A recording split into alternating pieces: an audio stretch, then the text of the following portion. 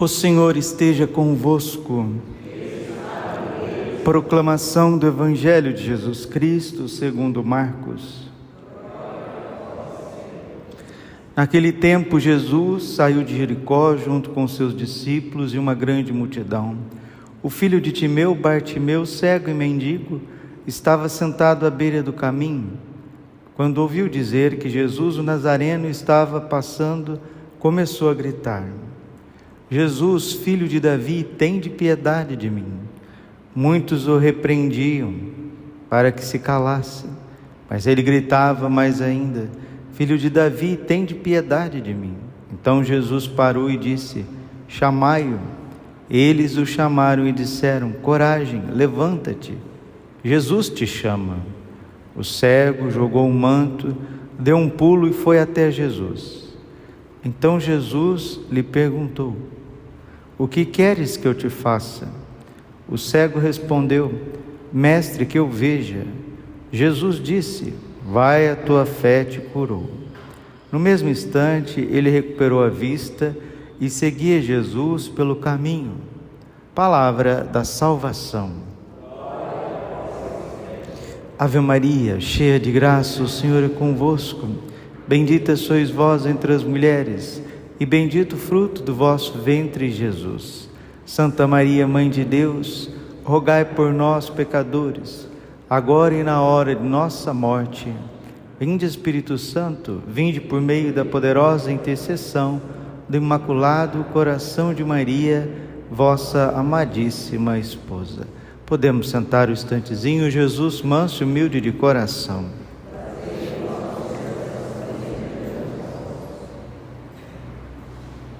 O filho de Timeu, Bartimeu, Bar em hebraico quer dizer filho, filho de Timeu, cego e mendigo, estava sentado à beira do caminho. Ele tem pai, só que é cego e mendigo, está sentado à beira do caminho. Assim são os evangelizados que deixaram de viver a sua fé, ou melhor, os batizados não evangelizados. Tem pai, mas são cegos e mendigos. Estão à beira do caminho pedindo as migalhas deste mundo que não sacia, o afeto das criaturas que não sacia, o dinheiro e os bens materiais que não saciam. A humanidade, muitos batizados, são filhos de Deus. E todos os homens e mulheres são criaturas de Deus. Deus é pai de todos os seres humanos? Não. Deus é criador de todos os seres humanos. Ele é pai dos cristãos, daqueles que foram batizados. E há uma multidão de batizados vivendo, desculpe é uma palavra forte, que o diabo gosta de repetir nos exorcismos: bastardo. Bastardo é aquele que não sabe quem que é o pai. Quando a gente é batizado, nós nos tornamos filhos de Deus. Abba, Pai. Gálatas capítulo 4, versículo 4. Mas infelizmente, pelo pecado, pela obstinação, pelo erro, pelas feridas, pelo distanciamento dos mandamentos, nos tornamos cegos e mendigos. O cego não enxerga um palmo na frente do seu nariz, e o mendigo sempre está com a mão ali estendida, se humilhando e sendo humilhado por muitos que passam. Assim é o cristão que pede a graça de Deus, e assim são os pagãos que não têm a graça de Deus. Vós sois o sal da terra, vós sois a luz do mundo, Mateus 5,13. Mas se o sal perder o seu sabor, ele não serve para nada, a não ser para ser pisado pelos homens. Bartimeu tinha pai, mas por distanciar de Deus de alguma forma, para alguma situação que só o Evangelho conhece, só a presciência infinita de Deus sabe, esse homem se tornou mendigo, cego e mendigo. A Bíblia aqui está colocando o máximo da miséria possível: cego, mendigo e à beira do caminho. Mas só que ele ouve Jesus passar. Era cego, ouve Jesus passar, sabia que era Jesus por conta da multidão, a multidão que estava. Quando ouviu dizer que Jesus o Nazareno estava passando, começou a gritar. Marcos 10:47. Jesus, filho de Davi, tende piedade de mim. Ele começou a gritar: Jesus, Jesus, gritar, Jesus, Jesus, filho de Davi, tende piedade de mim. Lembra o Salmo, né? Salmo 33, versículo 7, este infeliz gritou a Deus e foi ouvido. Jesus parou e disse, versículo 49, chamai-o. Eles o chamaram e disseram: coragem, levanta-te, Jesus te chama. Essa é a atitude que Deus espera de nós. Coragem, coragem. Padre, o que é coragem? Coragem é a força de quem é cego, mendigo e está à beira do caminho. Coragem é a força que ninguém tira de ninguém. Coragem é a força do coração. A palavra coragem significa força interior, aquilo que vem do mais profundo.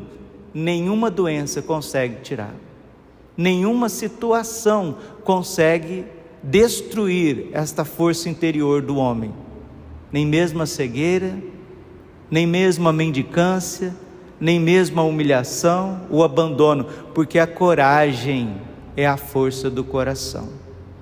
Jesus, sabendo que passava deste mundo ao Pai, na sua santa ceia, ele disse aos seus apóstolos, João 16:33, no mundo havereis de ter tribulações, mas coragem, eu venci o mundo.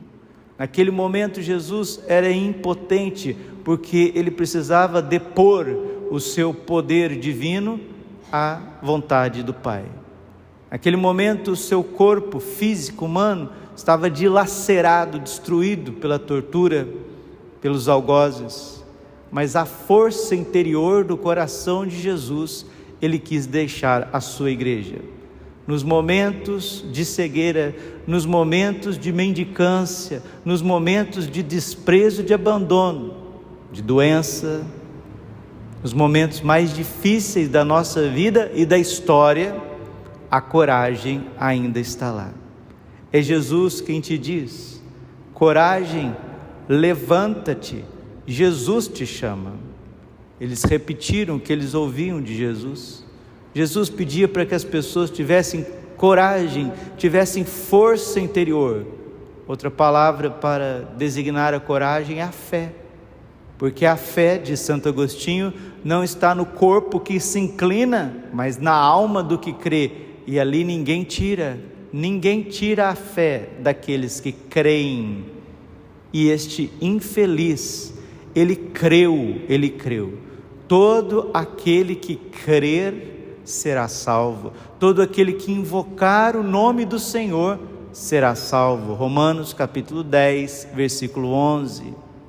E a fé ilumina a nossa vida, porque ela é luz, e uma vez iluminado pelo dom da fé, esse coitadinho clama ao Senhor.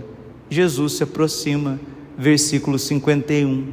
Então Jesus lhe perguntou: o que queres que eu te faça?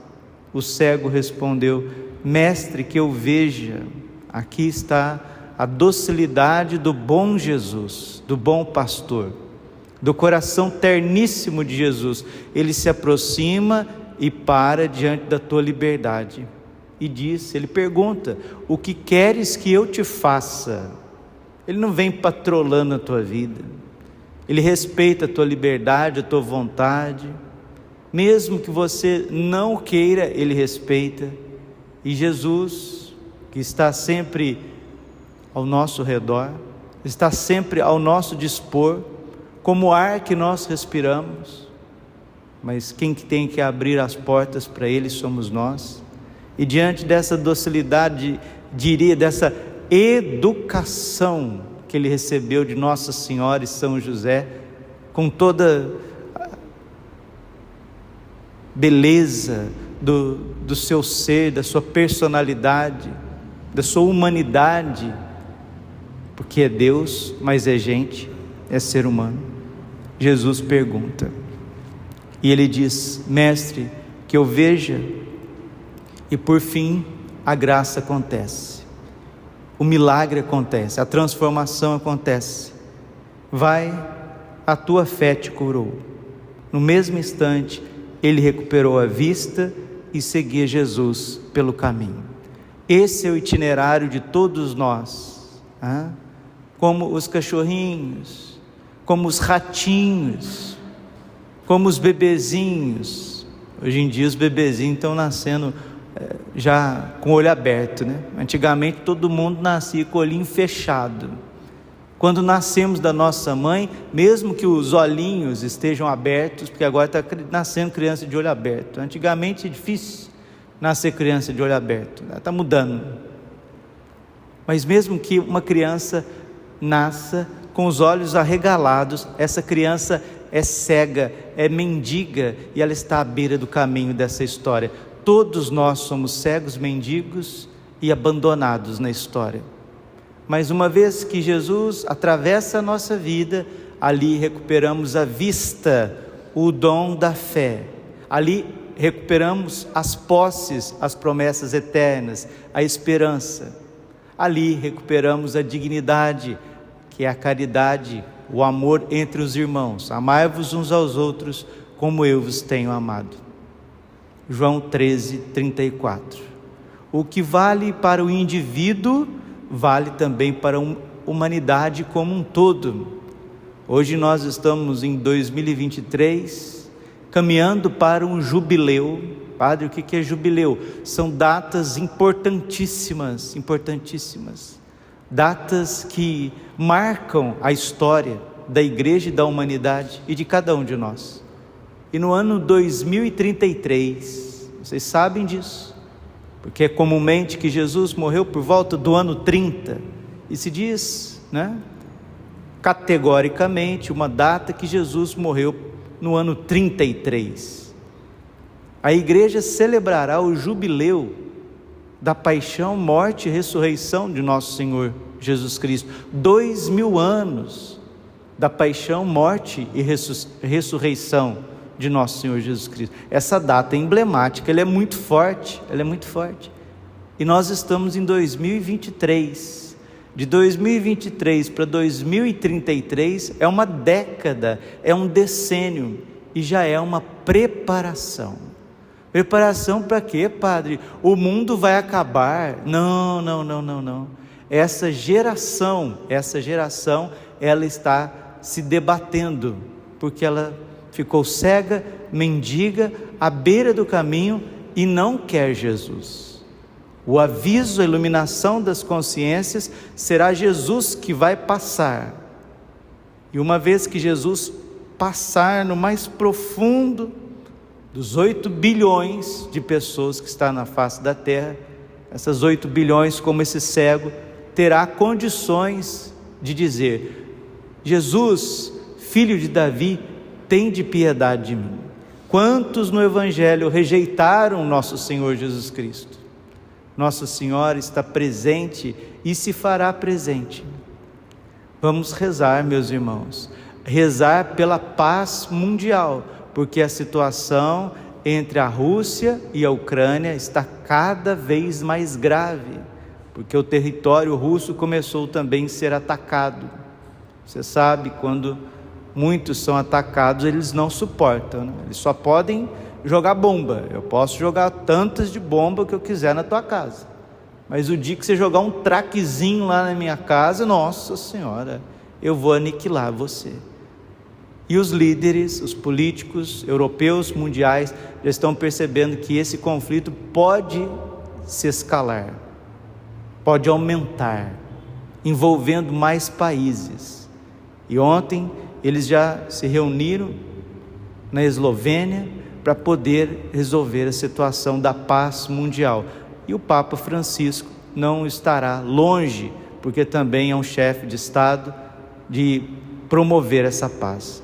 Pode ser sim que o Papa Francisco faça uma viagem inédita a Moscou, e quando ele quiser retornar, cumpre-se as profecias que um grande conflito se espalharia por toda a Europa, trazendo dificuldades também para o mundo inteiro. Nossa Senhora apareceu em Medjugorje e aparece como Rainha da Paz, Gospa Mirra. E nos inícios de 81 a 85, quando ela revelou os 10 segredos a Miriana Soldo, que detém os 10 segredos de Medjugorje, os 10 segredos virão para corrigir o mundo, para limpar essa história, para que Jesus continue passando na vida de muito mais, porque hoje ele está impedido de passar na vida de tantos. A Miriana, ela dá algumas palavras que são chave para esses tempos que vivemos. Ela diz assim: são 10 segredos. Os 2 primeiros segredos serão uma forte advertência para o mundo. Os 2 primeiros, são 10. Nossa Senhora disse aos videntes, Miriana também trouxe para todos: convertam-se o mais rápido possível, abram os seus corações o mais rápido possível para Deus. Por quê? Os 2 primeiros segredos são advertências para o mundo. O que é o primeiro segredo, padre? Não se sabe. O que é o segundo segredo? Também não se sabe. Miriana, junto com o padre Petar Lubitich, virá a público 3 dias antes da realização de cada segredo e dirá o que é e aonde é. Ela está por volta de 65 anos, a década está em curso, os anos estão em curso, e a situação nós estamos apalpando, estamos vendo tudo que envolve esse país que Nossa Senhora citou em Fátima e o resto da humanidade. E a Virgem diz, e a Miriana repete para quem tem ouvidos: depois do sinal visível, aqueles que permanecerem vivos terão pouco tempo de se converter. Os 2 primeiros segredos são advertências. O terceiro segredo é um milagre estrondoso que Deus fará através da Santíssima Virgem em Medjugorje, mostrando a veracidade das aparições e das mensagens, durante 42 anos que nós já vamos. O 4º, o 5º e o 6º segredo não necessariamente sejam punições, correções para a humanidade, mas podem ser acontecimentos tremendos envolvendo a igreja e o mundo. O 7º segredo foi atenuado devido a orações, jejuns e penitências.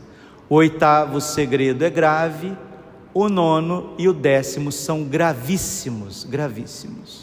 Nossa Senhora disse que depois do sinal, Miriana repetiu o que Nossa Senhora ensinou, depois do sinal visível, deixado na colina das aparições, pode ser uma fonte milagrosa, pode ser um facho de luz, pode ser aquilo que Deus quiser fazer e irá fazer.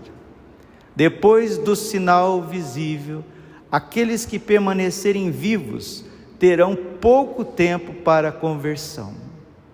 Padre, por que vai ter pouco tempo para a conversão depois do sinal visível? Aí você vai encaixando uma coisa com a outra.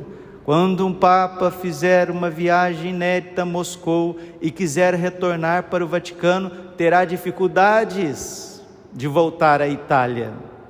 E conflitos se espalharão por toda a Europa.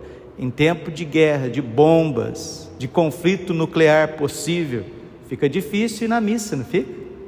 Fica difícil batizar os filhos, não fica? Fica difícil comer, meus irmãos. Lembrando que o hemisfério norte é 3, 4, 5 meses de frio rigorosíssimo, rigorosíssimo. Ou seja, terão pouco tempo para se converter, sinal que as coisas não estarão mais normais. Estaremos numa grande tribulação. E aí nós temos que estar preparados. Termino essa homilia para que a cegueira de cada um de nós caia, para que a mendicância de coisas materiais e virtuais suma da nossa vida e paremos de ficar aí à beira do caminho de várias doutrinas, seitas e heresias, cismas e apostasias, porque hoje celebramos São Justino, e São Justino era um grande defensor da fé católica, morreu por defender a fé católica. E quem mais que Nossa Senhora defende a fé católica nesses tempos? Termino com uma mensagem de profunda esperança. A Virgem diz assim, no dia 29 de agosto de 1983, lá em Medjugorje, durante o grupo de oração, Nossa Senhora disse assim: não se agitem, meus filhos, não se preocupem, toda agitação vem de Satanás. Vocês são filhos de Deus, devem estar sempre calmos e em paz, porque Deus tudo guia, tudo guia. Filhinhos, não devem viver na inquietação, a paz una os corações. Não esqueçam, toda forma de perturbação vem de Satanás. Não vos inquieteis com nada, o Senhor está próximo. Filipenses capítulo 4, versículo 6. Seja qual for a inquietação, renuncie. Peça o Espírito Santo, traga sempre água benta com você na sua bolsa, no seu bolso. Traga sempre o crucifixo abençoado, escapulário, medalha milagrosa, cruz de São Bento na sua casa, nos carros. Tenha oração, tenha vida de oração. Respira, analisa, na medida do possível, toma um pouquinho de distância, começa a aprender cada vez mais, estar um pouco sozinho e rezar pessoalmente, porque isso forma o nosso coração. Poderia prolongar essa homilia mais meia hora, 1 hora, 2 horas, mas vou terminar aqui por conta do nosso tempo. Glória ao Pai, ao Filho e ao Espírito Santo, como era no princípio, agora e sempre. Coração imaculado de Maria, confiança, saúde e vitória. Amém.